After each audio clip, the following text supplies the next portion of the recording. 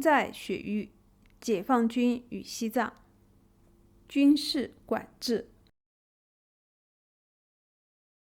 1950年，毛泽东派遣军队进入西藏，从此军队成为掌控西藏的唯一力量。即使在中共自己总结的10年浩劫时期，军队仍然牢牢地掌控着整个西藏。这固然出于一个很重要的考虑，那就是西藏的战略地位。这种考虑其实至今存在，也从未有过丝毫放松。气势汹汹的文化大革命很快就使国家机器陷入瘫痪。毛泽东为此下令军队接管各级政权，重新恢复社会秩序。于是整个中国进入军事管制，西藏也不例外。于1967年5月11日正式成立军事管制委员会，简称军管会。军队在西藏文革中充任重要角色，而军队的推波助澜，致使西藏的文革更加复杂化。可是鉴于军队的特殊身份，尤其是西藏这个特殊的背景，若想找到有关军队是如何全面介入的资料十分困难。就像若要进入西藏军区大院，没有充足的手续和理由是不可能走过数名士兵持枪把守的几道门岗。禁区重重，机密道道，许许多多的疑案就深藏在讳莫如深的铁幕后面。我只能努力并且尝试着揭开那不易透露的一角，仅此而已。还在1966年8月19日，在拉萨5万人庆祝文化大革命的集会上，张国华慷慨激昂地表态，要迎接无产阶级文化大革命来到西藏高原。这幅照片所拍摄的正是在这次集会上讲话的张国华，他的胳膊上已经有了红卫兵袖章，那是自治区师范学校的藏人红卫兵跑上台给他戴上的。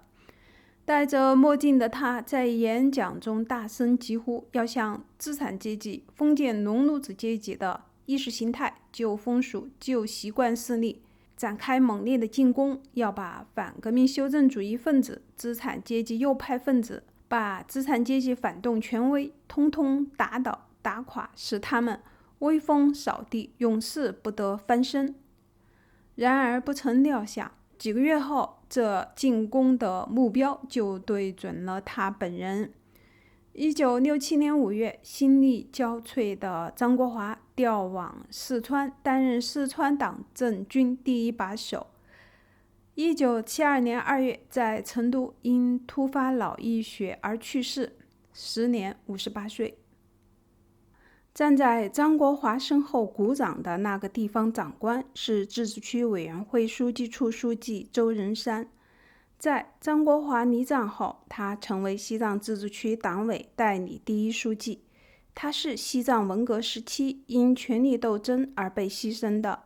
2个最高层的官员之一，另一个是老资格的18军军人，西藏军区副政委，西藏最初成立的文化大革命领导小组组长王其美。周仁山于1956年12月从青海调入西藏，曾经是向1967年初发动夺权的赵总施压的区党委领导人之一。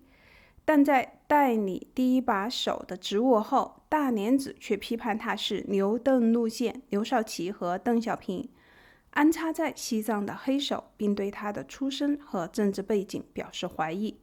赵总则声称反对周仁山的运动是西藏军区政委任荣策划的，而在其背后得到了张国华的支持，为此加强了反对王其美的攻势。其罪名是大叛徒，刘少奇在西藏的代理人。不久，王其美被关押，受到残酷折磨，于1967年在狱中自尽，年仅53岁。尽管王其美已死，可是为了实现所谓的大联合，成立革命委员会，军队以及2派决定共同批判周仁山和王其美，将2人送上革命所需要的祭坛。1968年9月7日，《人民日报》报道西藏成立革委会，声明对两人的斗争要继续下去。1971年8月，西藏自治区第一届党代会在拉萨召开会议，宣布将两人永远开除出党。文革结束之后，周王二人获得平反，总算熬到头的周仁山被调任新疆自治区党委书记，后来调回北京，在全国人大法工委工作，已病故。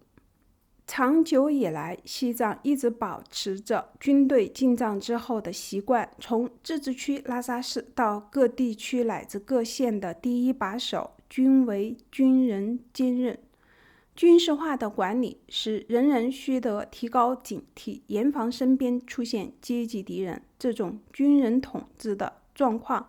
截至1986年才告结束。这张拍摄于1966年8月15日的照片上，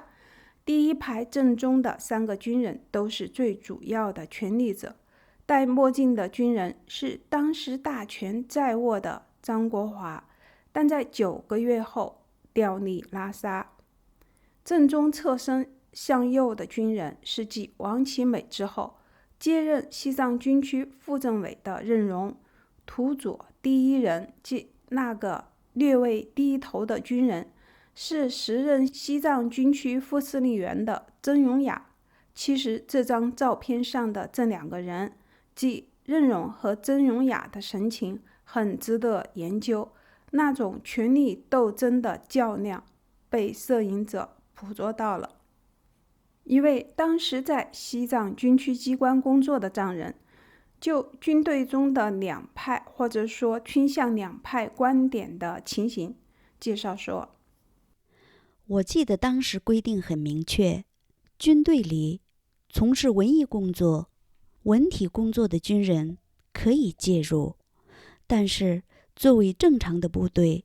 尤其是机关，要服从大局，不准介入到地方的两派斗争。不过随着斗争的越来越加剧，军队机关全部介入是什么时候开始的呢？是地方已经形成了两派以后，军区机关的4大班子，也就是司令部、政治部、后勤部和接待班子，都参加了文革，一下子形成两派。尤其是思政后这一块，部队里的两派与地方上的两派，其观点是相似的，也是以张国华为界的，一派肯定张国华，一派否定张国华。这些女兵都是西藏军区歌舞团的演员，在军区歌舞团里也分得有2派，大莲子这一派是文艺兵总部，赵总那一派是高原红，彼此间针锋相对，水火不容。用当时的话来说，派性利益高于一切。右图2排右2女兵是军区歌舞团当时的明星，名为索拉，在中国名噪一时的有关解放军解放西藏的红色歌舞洗衣歌的主要舞蹈演员，后任军区歌舞团团长，转业后任西藏自治区文化厅副厅长，现已退休赋闲。这4张照片时间应该是1967年夏天拍摄，从西藏大师记录1949-1985查到6月25日西藏自治区出版发行汉藏文对照的毛主席语录，而同时在中国各地出版发行毛泽东选集1至4卷。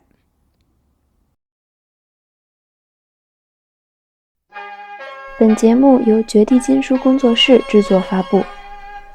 请扫描赞赏二维码进行赞赏，您可以得到回赠的电子书或其他作品。请扫描订阅二维码订阅绝地金书频道，